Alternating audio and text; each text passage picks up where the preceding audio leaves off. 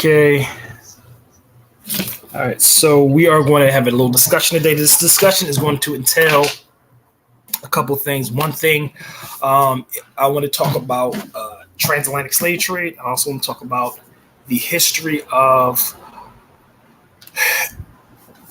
race-based slavery in this country. Two different things. They're not totally mutually exclusive. So some people may think that this country has always practiced race-based slavery. Some people, on the other hand, are denying that Africans or people of African descent were the original slaves. So we have those two extremes going on. I want to really hit this with the evidence. I want to go through the history over time and explain exactly what happened in real time. So this discussion is going to entail the history of race-based slave system and how we are going to have it, and how it developed over time, and from a system of indentures to a system of hard-line race-based slavery. Okay, so let's get ready to get started. Get my invites out. Now, this was supposed to be an open forum. The person who insisted on me having this live is not here. So it was supposed to be a demonstrative forum where we're talking about history in a direct one-on-one fashion. The person's not available, which usually happens because a lot of these people, they have claims that they can't follow through on the other side. I'm very happy that we have the evidence to talk about our ancestors and the history. So right now, let's get started. Let's talk about what occurred in the very early 17th century. The 17th century. The 17th century is the foundation of European settlements.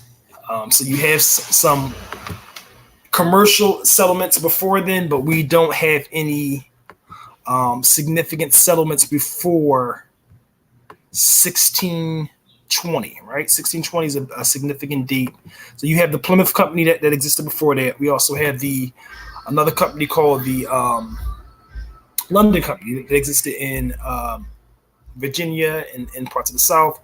But the Plymouth Company and the London Company were commercial ventures that were launched in America. The settlement happens a little later, right? And I really want to focus on the settlement. So let's get started with that. And it's a woman I want to talk about. Her name is Elizabeth Keys. This is Elizabeth Keys right here. All right. So Elizabeth Keys is very, very significant. She has very, very little discussion in terms of American history. But her case is absolutely fundamental in understanding race-based slavery in this country. So we have to understand who she is, her bio, what happened to her over time. The woman is Elizabeth Keys. So this right here is either two people. This could either be a depiction of Elizabeth Keys herself and her indentured white husband, or this could have been Elizabeth Keys' mother and her white father, right? By the looks of this, the woman to me looks to be somewhat mulatto. So I'm going to say this is a depiction of Elizabeth Keys and her husband. And it's taking place after she won her freedom in the courthouse. That's the depiction I'm going to go with. I don't see a caption underneath. Okay, so that is exactly what it is. So it's colonial Williamsburg reenactors portraying Elizabeth Keys and William Greenstead. We're going to go into that bio. We're going to talk about who they are and understand why she is so important, right? So Elizabeth Keys Greenstead was one of the first African-American women, or the first woman of African-American ancestry in North America, colonies to sue for her freedom and win. Key won her freedom for herself and her infant son. John Greenstead II in the colony of Virginia on July 21st, 1656. Elizabeth Key was born in 1630 in Warwick County, Virginia, only 11 years after the first Africans arrived in the colony. She was the product of an interracial union. Her mother was Martha. Her father was a white man named Thomas Keyes. Since slavery was not legally established in Virginia at the time, he was considered an indentured servant. She would later base her claim for freedom on the fact that she had an English father, right? That she was the child of an Englishman and she was a baptized Christian. Born in England, Thomas Keyes had come to the Virginia colony in 1616. He became an early tobacco planter and eventually elected to the Houses of Burgess. Keyes' father, Elizabeth, was an indentured. Keyes' father, Elizabeth, was an indentured African servant in 1630. The daughter was considered illegitimate because Keyes was married to another woman who lived in a different county. Although at first denying the paternity, Keyes was forced to take responsibility for the child. He later arranged for the girl to be baptized. The colony required that an illegitimate child be an indentured for a period of apprenticeship until they came of age to begin to work and support themselves. When Keyes was 6, her father placed her in custody of a man named Humphrey Higgins for a 9-year indenture. Keyes died shortly after, and the indenture was arranged. Higgins was a wealthy tobacco planter and was expected to be the guardian of Elizabeth Keyes until she reached the age of 15. When Elizabeth Keyes was 10, Higgins transferred her to a man named John Morton. This was the first settler of Northumberland County, Virginia. Morton took Elizabeth undeveloped region in 1640. In the undeveloped region in 1640 and 1650, he paid the passage of 20 young English white indentured servants to his plantation. Cone Hall, 16 years old, and William Greenstead was amongst the servants. Greenstead and Elizabeth Keyes, they formed a relationship and they had a child. The child named was John. They were prohibited from marrying, however. Greenstead hadn't served his indenture, and Elizabeth had served his indenture. And Elizabeth, who should have been set free in 1645, was held in indentured status. When Morton died in 1655, the heirs of the estate classified Elizabeth Keyes and her infant child as Negro slaves and thus the property of the estate. William Greenstead, now an attorney, brought a lawsuit on behalf of Elizabeth and her son, claiming that she was a free woman and an indentured servant with a freeborn son. He argued that they had been illegally kept after their servitude 10 years beyond the term. The court ruled in favor of Greenstead, granting her and her child freedom, and the courts stated that the long-standing English common law recognized the English father, so they recognized the father, the white father, as a means of status. All right. So let's go and check the live. So this right here is the foundation of the law in Virginia. So what's happening now is we have a mulatto woman who is an indenture. She served her indenture. She has European parentage from her paternal side, and that would warrant her being eligible for serving her indenture and owning her own land and moving on with her life. She was baptized and she had European parentage. This case was very significant because while she won the case, it was a backlash. And the backlash was, let me check these real quick, guys. Okay. And the backlash was, so her father was white. So her mother was a Negro woman. So her mother was a Negro woman, and she was born. The mother wouldn't be eligible because the civil laws only pertain to English citizenry. And because she was an African captive, she would not be eligible for, she would not fall under the category of English citizenry. So her story is different. The daughter was mixed race. And in the early stages of this country, you could use your paternal status as a means to free yourself. So the fact that she was a Christian and she had European paternal heritage. I'm going to check my live real quick. I'm sending out an invite. I want to, if anybody wants to join, feel free to join. I'm going to finish up on her life. Her life is really important because it's going to be a turning point in the next few minutes. Okay. Let's see. Okay. Send this invite out. Yeah. I am live. Okay, so this is, I'm inviting people up. I'm doing this so that people can know that there is the history. There is a thing called race-based slavery in this country. It's really important for us to understand exactly why it exists, how it exists, what caused it to exist, right? So we're going to finish up on Elizabeth Keys. So right now we have Elizabeth Keys won her freedom. She is a descendant of an African woman and a, okay, I'm going to respond to this. I'm so sorry, guys. I'm going to respond to this. The person should be on live with me. I'm going to send a, okay, so I'm going to send this live out. Live. And I'm on StreamYard. And we're having a discussion, right? We're having a discussion about Elizabeth Keys. Okay. Elizabeth Keys, once again, she won her freedom, mulatto woman. And her story is going to ultimately change history. So she won her freedom now. Let's see what happens next. So the court ruled in favor of Elizabeth Greenstead, granting her and her child her freedom. The court said, according to the long-standing English common law, the legal status of the father determined that the status of the child. Elizabeth's father was a free Englishman.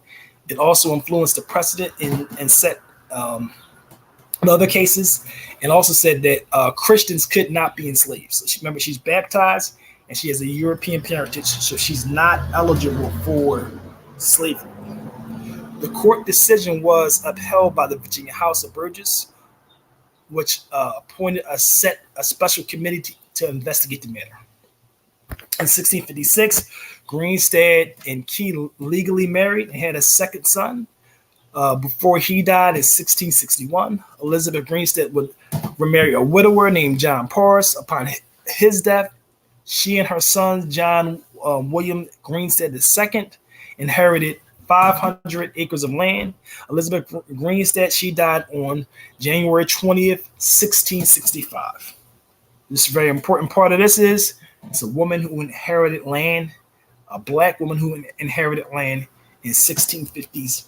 This right here is something that's also frowned upon, right? They're not even comfortable with European women being widows and earning land, let alone a woman of African descent owning land and being the head of household in a lot of land because he was very wealthy. That's 500 acres of land. So Elizabeth Greenstead, she died with a lot of ownership. So her quadroon sons would have inherited that land.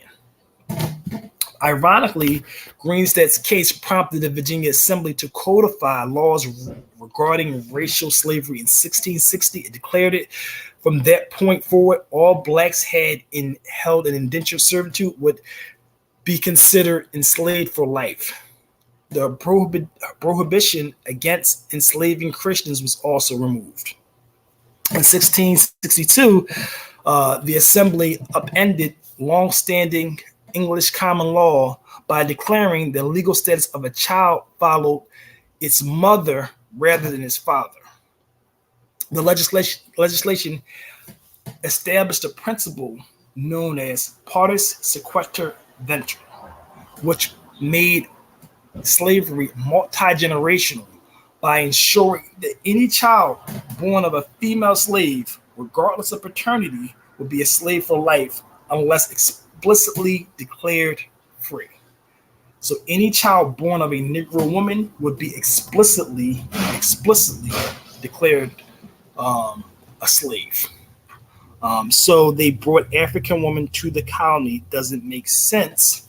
So how we can respond to this? Why wouldn't they bring African women to the colony? Why wouldn't they bring African captives to the colony? They're bringing indentures into the land for servitude.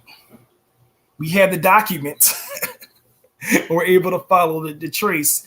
And there's also census in Maryland. And there's also a census in Virginia colony. So we had a census of the amount of Negroes who lived in the land that were brought overseas, right? So we had the documents in these early stages because there's not a lot of population. So that population starts at around 12, and then by the late 1600s, you're looking at a couple hundred.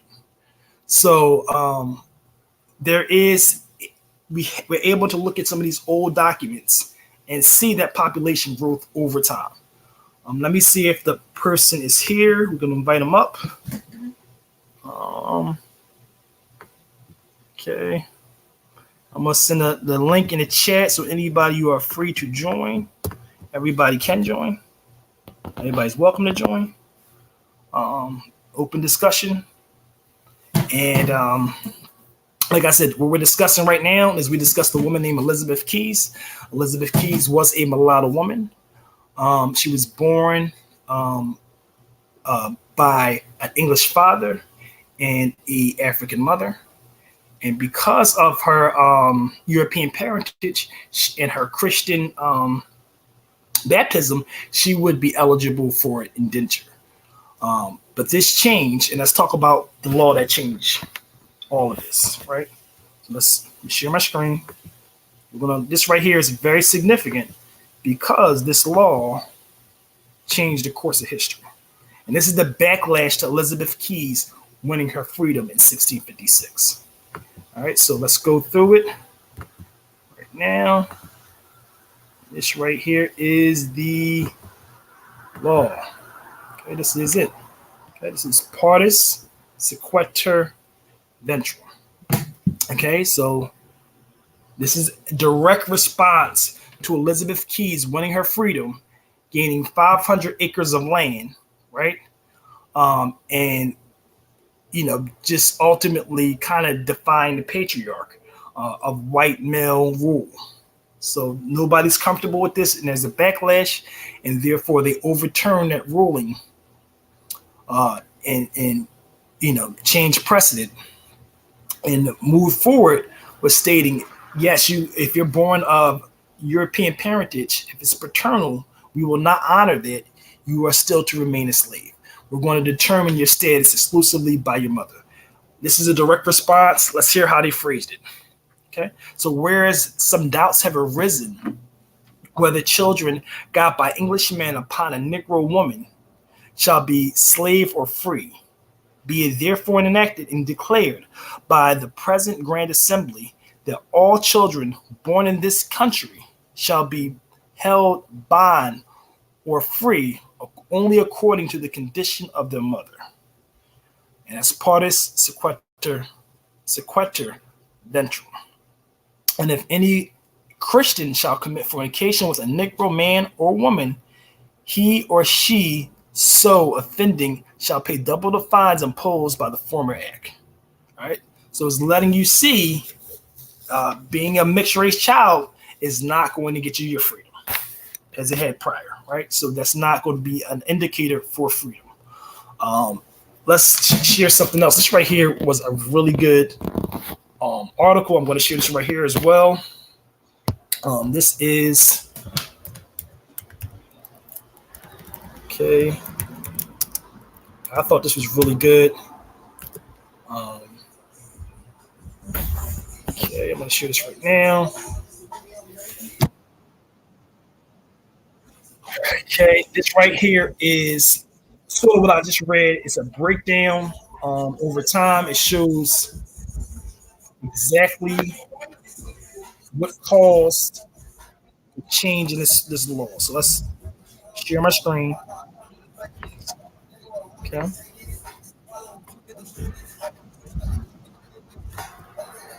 Okay, so the person and so if anybody's welcome to join. If you have any questions, you are definitely welcome to join. Tap in, tap out, or you can put them inside the chat. This is all about open discussion. Um, I covered this on Instagram a couple of days ago. I wanted to make sure it's covered on here as well. And I'm sharing the documents. So let's go through this right now. This is kind of brief. This is called Crash Course. This is Black man. He's pretty well versed on law. I think he breaks it down really simple. So I'm going to share this right now. Hopefully, I got some volume. Okay.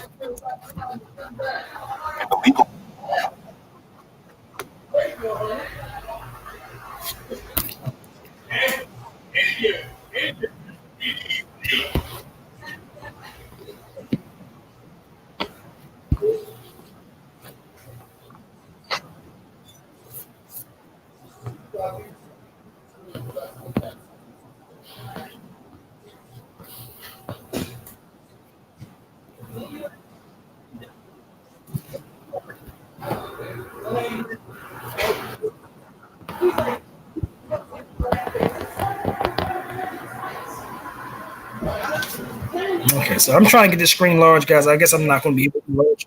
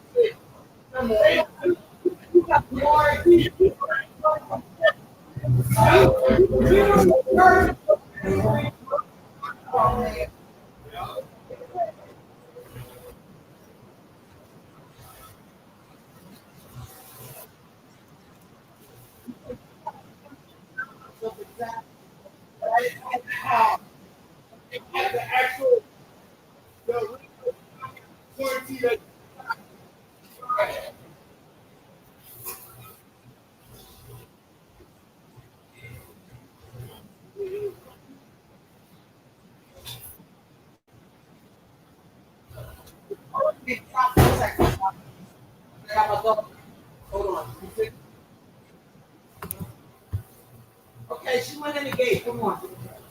Okay, so it's important to understand. Like I said, these laws, a lot of times, these are the backlashes from the actual laws. So the person who I invited up, they're supposed to join.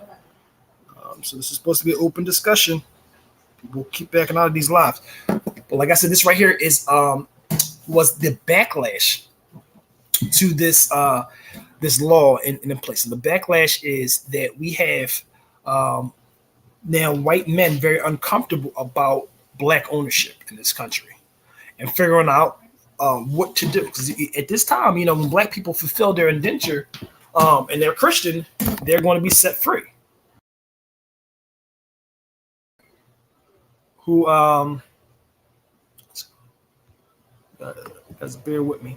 So a black person who owns land in this country fulfills their indenture based on the terms and conditions set by the laws in place. That person would be eligible for freedom. And what happened is when they fulfilled their indenture, they went on to own slaves, and they went on to own white slaves, which many white folks were not comfortable with. So it's really important to understand exactly what happened. So now you have them cracking down on blacks owning slaves. There's all kinds of books about this, especially in South Carolina, about some of the mulattoes who own these slaves have been now being sort of kind of deemed white on paper, depending on whether they're fair-skinned or not, having to discreetly identify as black or maybe not identify as black because it's a violation. So there's all different types of things happening in the 1700s that occur as a backlash to black people, free people of color owning slaves who are not black. So we're doing away with European indentures, Partus, Sequtur, Venterm. Now we're having new slaves who are born directly from their mother, from African mother. And this is the way we're moving forward, because now you don't have to deal with the concept of bringing new slaves in. It also locks people who don't have slaves outside of the system. So if you don't have a slave already, you don't have the capital to be able to buy a slave. You can't buy a cheap African slave who just arrived overseas. So now you have to deal with the internal market and have to operate with the highest bidder. The people who owned slaves became extremely wealthy, and they owned a lot of them. So it was a way of monopolizing the wealth in places like Charleston. So there was a whole system behind ending the transport of Africans. But it's really important to understand that every country had some sort of slave code. So we have a slave code that exists in France, the code Noir. We have a slave code that exists in Latin America. Partus is the law that exists within the Latin American country. And that's their slave codes that explicitly state how to operate and interact with the Negro population that is enslaved. And every society is forming the foundation for what we call race-based slavery. And this is a very formative part of American history. If anybody has any doubts, I always like to consult this case. This is a case that's been misunderstood, but this case right here explicitly states what the expectation was, what the precedent was in terms of race-based slavery. I'm going to share my screen. This is Miller versus Lewis. It's an 1843 case. I'm going to touch this really quickly. Okay, so this is Miller versus Lewis, right? It's a 1845 case, and this is about a white woman, white child, who is the child of German immigrants. Her parents enter the America as contracted laborers. The parents die. She's kidnapped. She's an unaccompanied minor, and they pass her off as a octoroon, quadroon child. The white people in the neighborhood, in the surrounding town, they come to understand that a white child was captive, is being held captive as a slave, which causes a backlash. So down there protesting outside of these people's homes. This ends up in court. The little girl is, her case is she's born of European parentage, and this is a violation of Partus, Sequtur, Venterm, which is civil law in Louisiana. Let's read this case. It's 1845. Let's hear the case notes. Okay, so persons of color are presumed to be free. Slavery is an exception to the condition of the great mass of mankind, and except as to Africans in slaveholding states, the presumption is in favor of freedom, and the burden of proof is on him who claims the colored person to be a slave. All right, so slavery is pretty much at this juncture in 1845 pretty much illegal everywhere except for the South and except for people of African descent. So that's the only way that you can really have a slave at this juncture in history. So her case was his case was that he sues for her freedom on the grounds that she was born free. Okay, she sues so she's the plaintiff. She sues on on the grounds that she was born free of European parentage, and she asserts that her father, Daniel Miller, and her mother, Dorothea Miller, immigrated from Germany in 1817 and 1818 with herself and her two children. Her mother died upon passage, and her father soon after their arrival. She sets a petition. She sets in her petition that many things connected to her biography that support the evidence, which we regard as wholly immaterial by evidence. And to the great question, which the pleading present, to wit, whether the plaintiff be white or free or slave. The defendant, on the other hand, asserts that he purchased her from a man named John Fitz Miller. He pleads that in 1822, Anthony Williams of Mobile left him a certain mulatto girl, then named Bridget. She was about 12 years old, and he claimed as a slave, and represented to be a mulattress slave for life. That having made an advance of $100 to being reimbursed on the sale of the girl, he afterwards sold her to his mother, Miss Cambry, who raised her as a domestic and who retained her until 1834, when she was with her children. She was sold back to him, and afterwards in 1838 was sold to Belamonte, the defendant. He avers that the girl Bridget is now the plaintiff, suing by the name of Sally Miller, and that he never knew of her until she left with him for sale in 1822. That he believed that she does, and he believes that she's still to be a mulattress of African descent and a slave for life.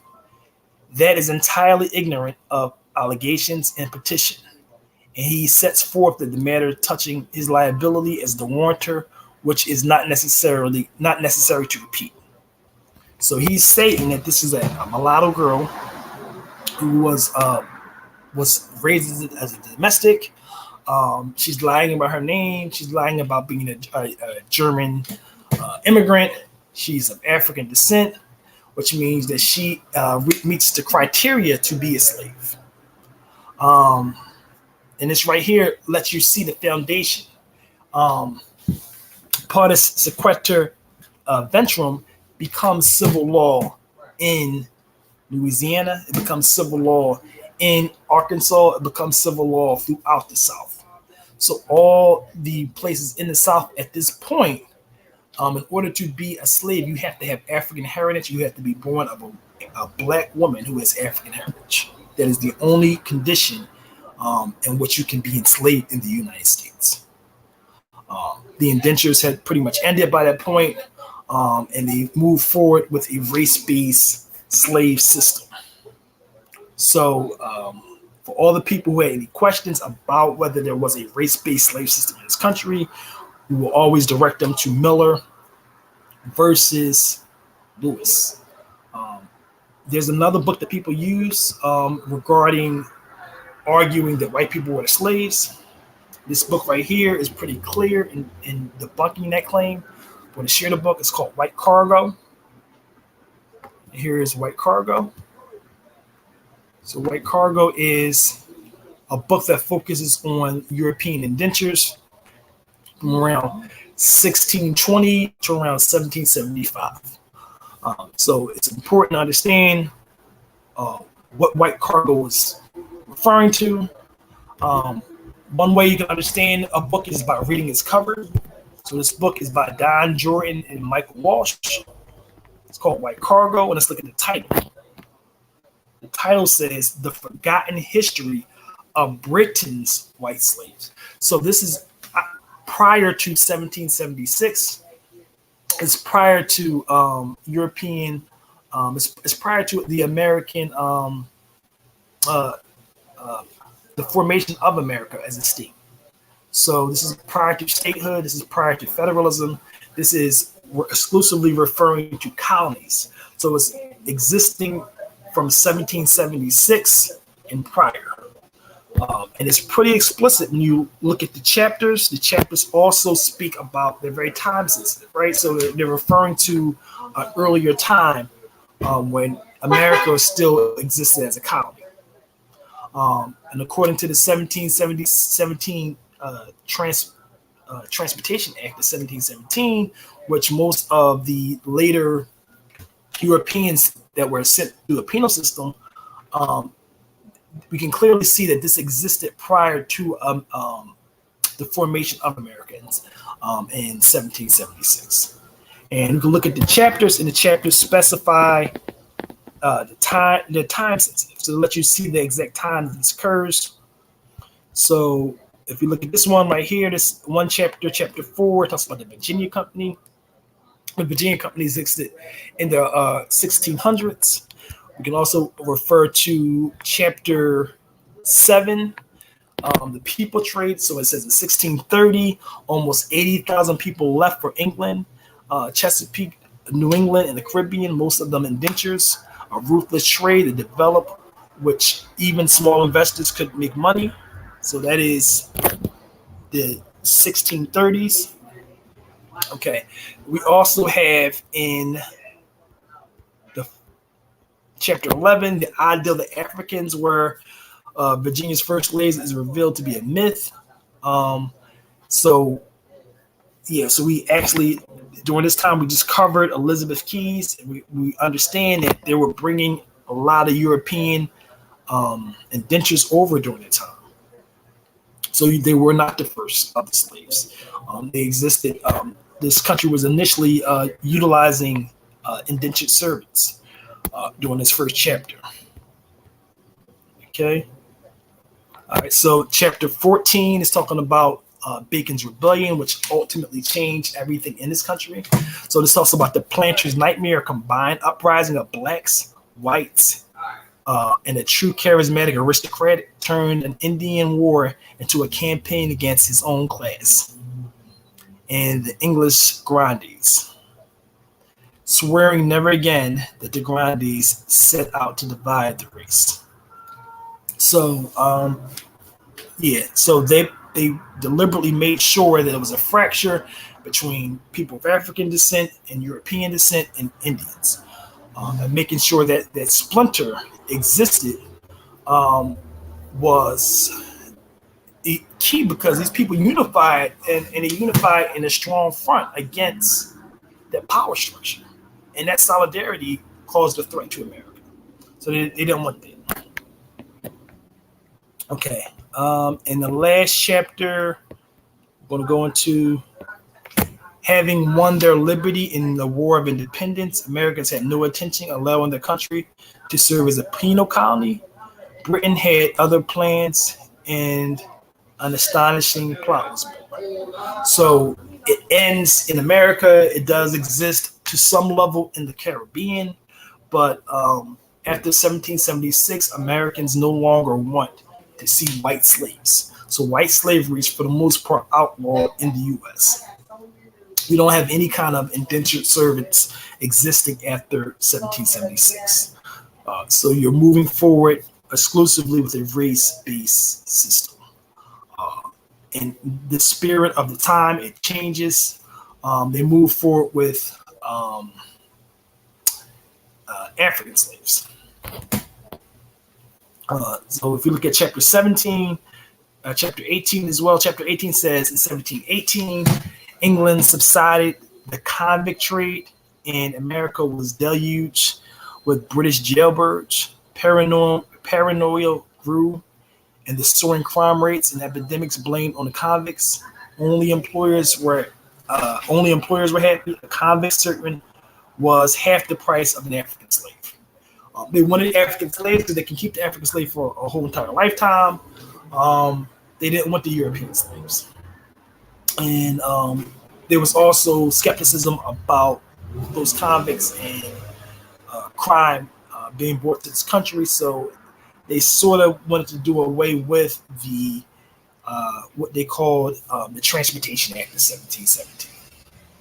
So this right here, the reason why I'm sharing this, because there's legitimate questions about who was the slaves in this country. We need to understand the Africans' descendants were key in every juncture, not just the beginning, but at every juncture of American history in forming and building and being the labor force for the Americans, especially in the plantation South. So when we hear people constantly trying to find ways around that, it's not true. It's fundamentally not true. So I'm going to do one more thing. I'm going to invite somebody up again. I doubt they'll actually join. This is supposed to be an open discussion. So let's see if this person joins. I don't see any questions. We're going to get ready to wrap this up. But like I said, the important thing is we need to understand the history of this country as it relates to race-based slavery. It became very unpopular to bring the convicts over at a certain juncture, and indentures just kind of went out of favor at a later juncture. So there's a move to have those African captives monopolize on the labor. You don't have to sell them. You don't have to get rid of them. They don't serve you for a lifetime. There's no indenture to honor because Black people generally didn't come with that indenture. They didn't come with that document. So it's no litigious cases, no lawsuits. They come in as captives. And that's the optimal system for labor. And it's race-based. And so it's really no debate. There's no litigious arguments. So that's the reason why this country moved forward with race-based slavery. So I'm going to bring that person up. We'll see. Whenever we go live, it seems like, I invite the people up. They don't respond too well to that. Let me see. Try one more time.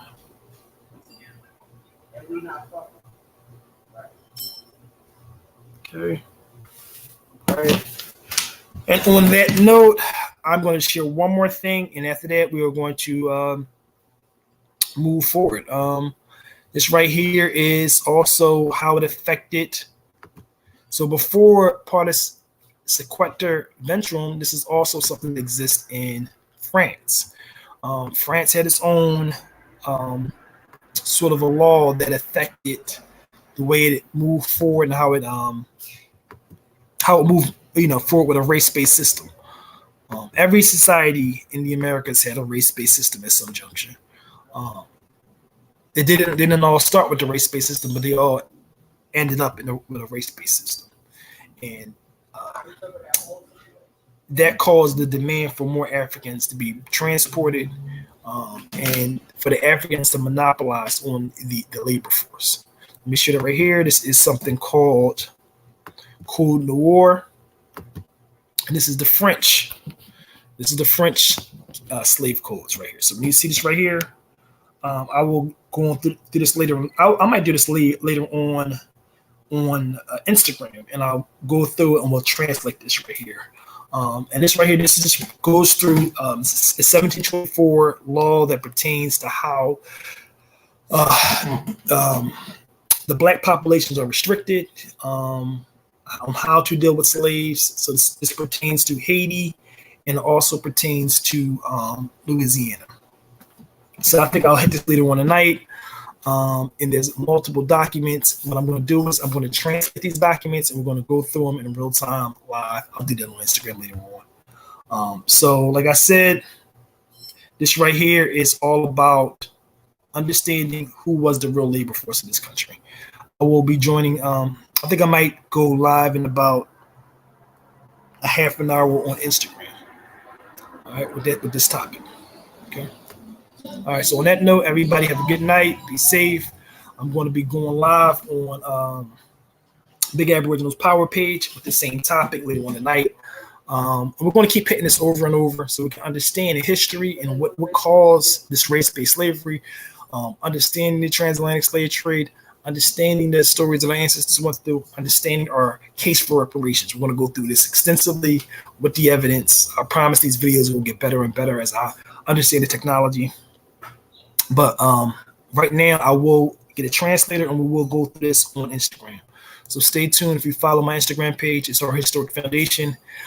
If you like this content, I know this was a little bit long-winded, please hit the like button, and I will be back on tomorrow with more information. All right, you guys be safe and have a good night. And we're going to end this broadcast.